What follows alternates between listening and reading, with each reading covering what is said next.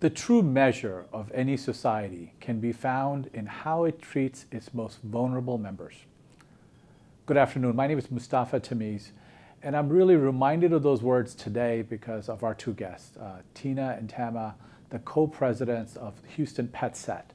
Because when you talk to them, you realize that we as a society have taken these animals, we've taken away their skills, and they no longer can live in the wild. They are our companions. So we are responsible for them as pet owners, but we're also responsible for them as a society. So with that, I want to start our conversation with both Tena and Tama, the co-presidents of Houston Pest Theft. So Tena, tell us a little bit about Houston Pest Theft before we get started in our conversation. Hi, Mustafa. Thank you. Houston Pest Theft started out as a nonprofit that was raising funds for other animal nonprofits.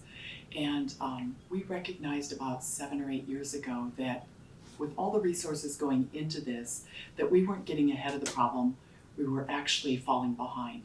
And so we started looking at ways to solve this. And with that work, we've started collecting data. We're looking at our community partners, working with shelters in Houston, and we found that there is a solution to animal overpopulation in Houston, and that's what we've been working on for the last few years. Tena, but talk to us about how does COVID-19 affect animal welfare in the greater Houston area? Well, it's affected animal welfare in a couple of ways, unfortunately. With the shelters having to reduce their shelter staff, intake is down significantly. ACOs are not able to be on the streets to pick up animals, which leaves a large population on the streets. We know that Houston's animal homelessness problem isn't necessarily always at the shelter, but it's the number of animals that are left in the neighborhoods, and this has added significantly to that problem.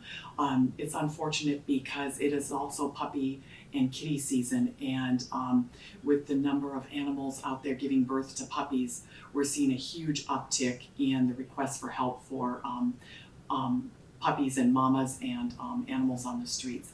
Additionally, we know that this has affected people economically. With the number of people filing for unemployment, without jobs, their ability to care for their animals is greatly affected, and as much as we've tried to help with services on that, we know that this is going to impact the number of people wanting to relinquish their animals, unfortunately. Living situations will change with eviction notices. There aren't a lot of options for people. Where do you take your animal if you need to give it up? People just don't have options. So it's created a real kind of perfect storm for making what was a crisis even worse in this time. Do you feel that animals are being left behind during COVID-19? Oh, definitely, definitely. With the lack of shelter intake being reduced significantly, the animals on the streets are staying on the streets. So where we used to have the city and the county picking up these animals and running them through the shelter system and then going into rescue groups and going to transport and adoption, those animals are now stuck on the streets. And they will be there until we have city, county, private sector, and nonprofit sector step in. The private sector and nonprofit sector are still working on this, but with a lot of shutdowns in government and city entities, we see this number on the streets growing and the animals being stuck there. Also, we know people who want to surrender their animals won't be able to because there's no place to bring the animals. So how did you and the Houston Pest Theft shift the way you operate during COVID-19? I can imagine that there's been a big challenge in how do you deal with it? Oh, definitely, yes. We are not huge in operations, but our operations definitely shifted from transport because what other states are doing right now impacts what Houston Pest Theft is doing when we're transporting these animals. We've had to look at regulations and the number of rescue groups in other states shutting down. What are they doing? Are they able to get fosters who still want to take these animals in? And a lot of places have shut down, so we've had to look to other resources to bring these animals to, and we've changed a lot of our transport to go from the Midwest into the Northeast, where we saw an increase in an uptick in foster care. We also have to look at the spay-neuter unit that we have, the mobile unit we have out in underserved communities. We were able to keep that going. Luckily, we're blessed to be able to keep that going, but for 2 weeks we had to shut down.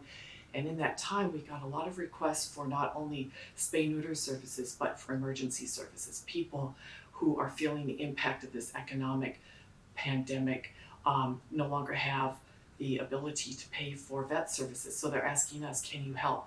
And we realized there's such a need for it that we took our mobile unit and we're spending 2 to 3 days a week now offering free services for these underserved communities, so these animals can stay in the home, so these animals aren't suffering, so these animals who have been hit by cars or who are sick don't just get euthanized or dumped or suffer. We can now care for these animals by offering these emergency vet services.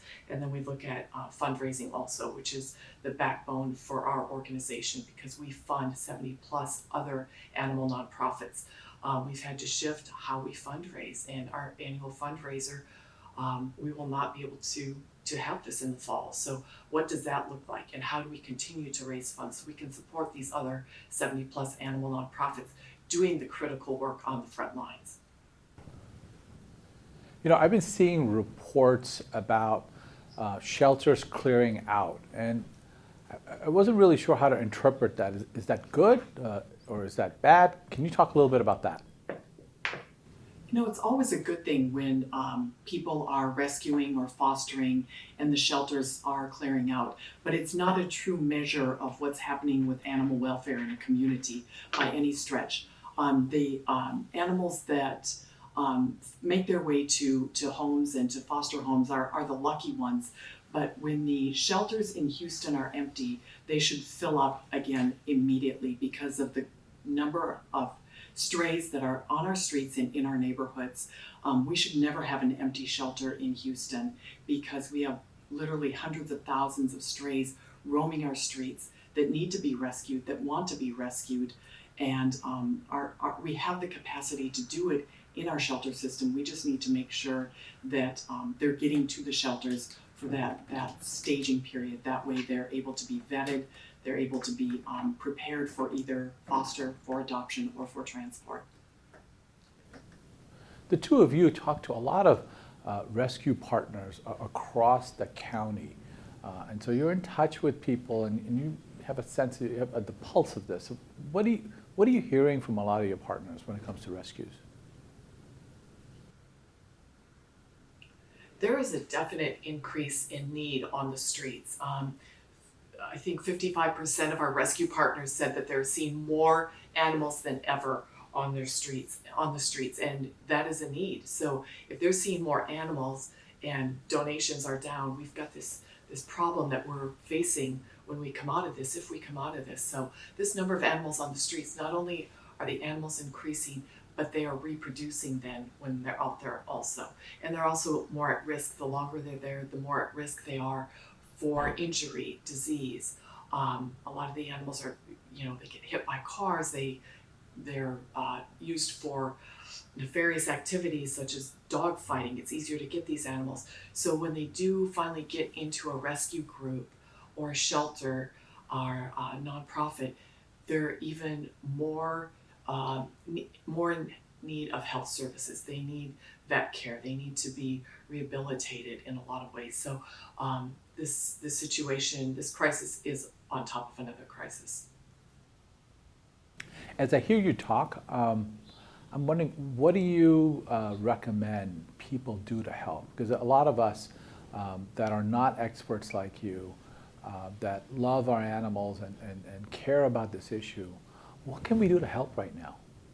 There are many ways that people can help with regard to this.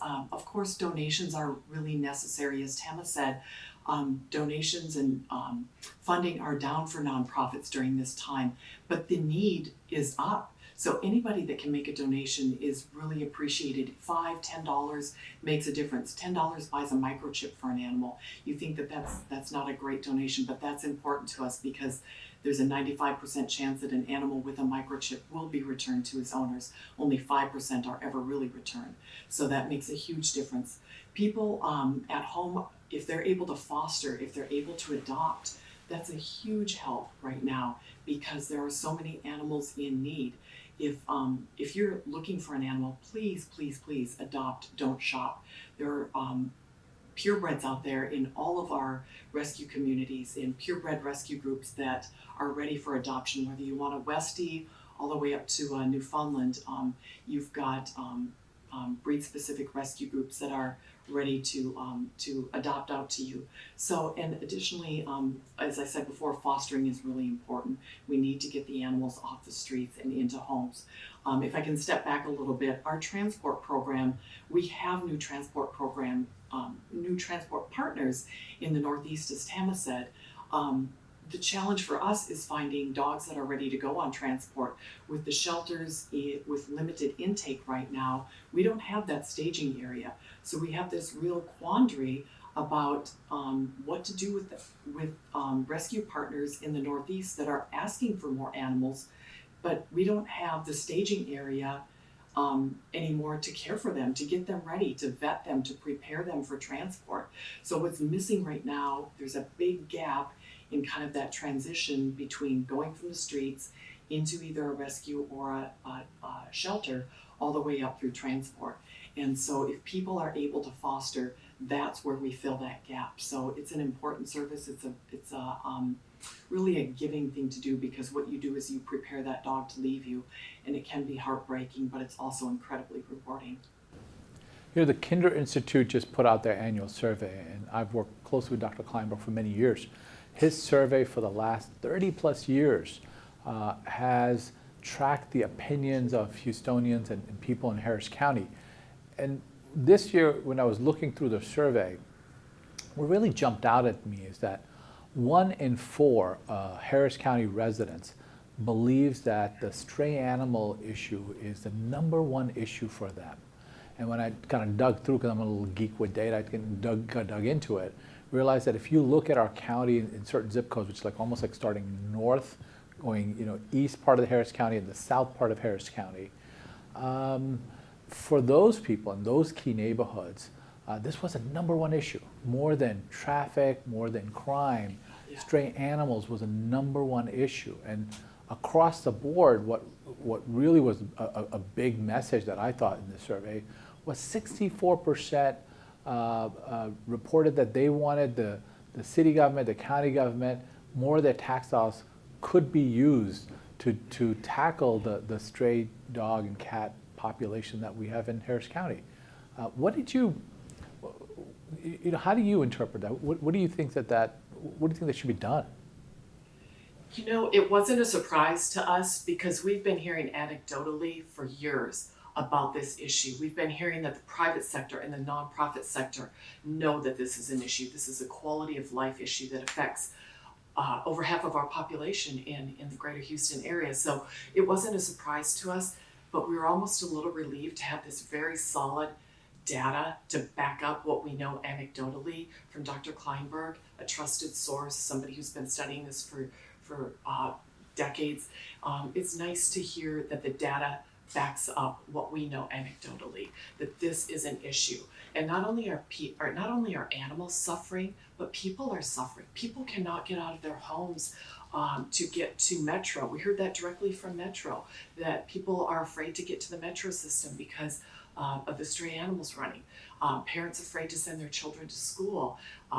Schoolyards afraid to open their playgrounds because of the packs of dogs. So we know this is an issue, and now we have the data to back it up. And with 64% of residents saying, yes, let's support better animal welfare. Let's support getting rid of animal homelessness.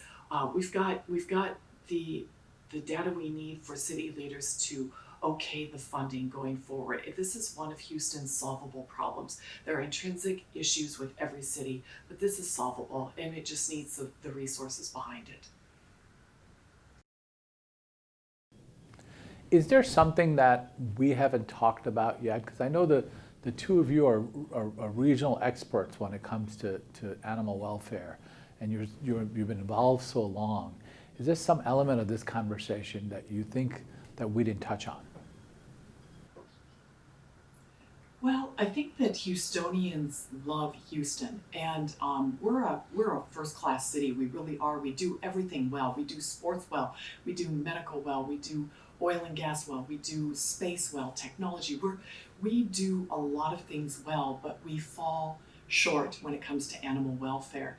And I think that if most Houstonians knew, if more Houstonians knew about this problem, that there would be more done about it. And that's why we're here. We're here to start the conversation, keep the conversation going, have a place at the table when it comes to civic issues. And we want our city to get behind solving this problem. There's an ROI on solving animal overpopulation. Eventually, we'll get to a point where we have manageable populations. We've been to other cities. We know that it's solvable, and this is something that can be achieved. We just need our city to get behind us on this. We need our civic leaders, our county, everybody to get behind solutions and make this truly, truly from the inside out a world-class city. I want to thank the both of you for not just being here today in this interview, but really the work that you've done for so many years. Your leadership has been phenomenal, and as we started out and we said, you know, the true measure of any society can be found in how it treats its most vulnerable members. The other side to that is that true leadership is seen when you see people that take care of the most vulnerable. And I want to thank the both of you for the work that you've done and the work that you're doing. And Mustafa, can I say one more thing too, please? We're here on behalf of everybody that works in animal welfare. There are literally tens of thousands of volunteers that work on this issue every day. They're in the trenches doing what we call heartbreaking and backbreaking work of animal rescue, animal welfare. And they get very little credit. They do it because they're passionate about it, because the need is so great that they can't look away. And so we represent all of them. It's not just us. There's a huge community out there that deserves kudos, a bravo, a brava, and a pat on the back for doing what they do. And we hope that they don't give up. We know that compassion fatigue is a real thing. We don't want them to give up. We want them to be invested in this solution, because it's coming, and it will happen. It's just a matter of time. Thank you all for being here today, and look forward to our ongoing conversation about how do we lift the value of animals in our society. Thank you, Mustafa.